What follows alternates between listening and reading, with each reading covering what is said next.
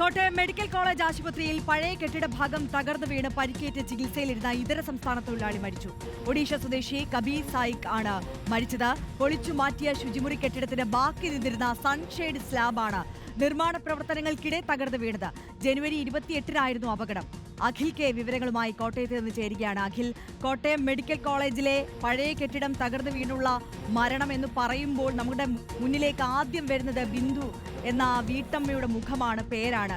ഇപ്പോൾ ഈ ഒഡീഷ സ്വദേശിയുടെ മരണം എന്ന് പറയുമ്പോൾ, പഴയ കെട്ടിടം തകർന്നു വീണ് എന്ന് പറയുമ്പോൾ അതൊരു നിർമ്മാണ പ്രവർത്തനത്തിനിടെയായിരുന്നു ഈ അപകടം സംഭവിച്ചത്, അല്ലേ?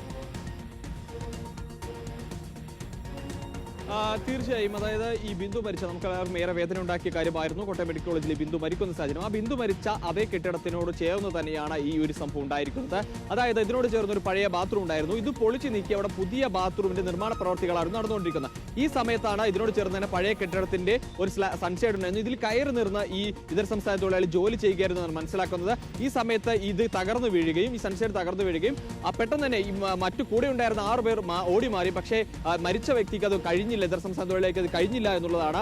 അദ്ദേഹത്തിന്റെ കഴുത്തിനും നട്ടലും അതായത് ഗുരുതരമായി പരിക്കേറ്റിരുന്നു. കഴുത്തിലെ പരിക്ക് കുറച്ച് പ്രശ്നമുള്ളതായിരുന്നു. അങ്ങനെ 36 ദിവസം കോട്ടയം മെഡിക്കൽ കോളേജിൽ തന്നെ ചികിത്സയിൽ കഴിഞ്ഞാണ് ഇപ്പോൾ ഒടുവിൽ ഈ മരണം സംഭവിച്ചിരിക്കുന്നത്. ഇന്ന് രാവിലെയാണ് ഈ മരണം ഔദ്യോഗികമായി സ്ഥിരീകരിക്കുകയും ചെയ്തിരിക്കുന്നത്.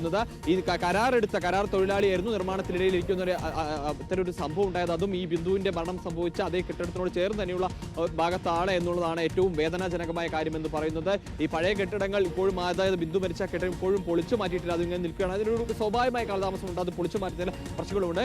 അതിനിടയിൽ ഇപ്പോൾ വീണ്ടും ഒരു മരണം, അതും ഈ കെട്ടിടത്തിന്റെ പൊളിഞ്ഞു വീണ അവശിഷ്ടങ്ങൾക്കിടയിൽ പെട്ടുകൊണ്ടൊരു മരണം സംഭവിക്കുന്നു എന്നുള്ള വീണ്ടും വേദന ഉണ്ടാക്കുന്ന കാര്യം തന്നെയാണ്. പോസ്റ്റ്മോർട്ടം മറ്റു നടപടികളും ഉണ്ടായ ശേഷം ഈ ഒഡീഷ സ്വദേശിയാണ് അതിന്റെ ബന്ധുക്കൾക്ക് മൃതദേഹം കൈമാറുമെന്നാണ് നമുക്കിപ്പോൾ മനസ്സിലാക്കാൻ സാധിച്ചിട്ടുള്ളത്. ആര്യ.